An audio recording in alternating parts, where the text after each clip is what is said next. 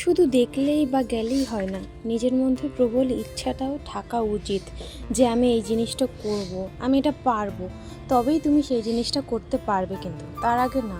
তোমাকে যত ভালোই দেয়া হোক না কেন, তুমি যদি নিজের মধ্যে এই জিনিসটা আনতে না পারো যে শিখবো বা করছি তো করছি, এরকম জিনিস যদি তোমার মধ্যে থাকে, তাহলে তুমি কখনোই শিখতে পারবে না। যখন তোমার মধ্যে এই ইচ্ছাটা থাকবে, কী করে করলো এটা, কী করে কী হলো, তো নিজের মধ্যে প্রবল ইচ্ছে থাকবে যে আমি করবো এটা, আমাকে আরও ভালো করার চেষ্টা করতে হবে। তো কিভাবে ম্যাম করছে সব স্টেপগুলো ফলো রাখবো। আর তার উপরে আমি যেগুলো মনে থাকবে না সেগুলো ভিডিও করে নেব। তো এগুলোই সিম্পল একটা মানুষের মধ্যে, যদি তার ইচ্ছা থাকে লাইফে কিছু করার, তাহলেই সে লাইফে আগাতে পারবে। তো হ্যালো বন্ধুরা, আমি হলাম সঙ্গীতা।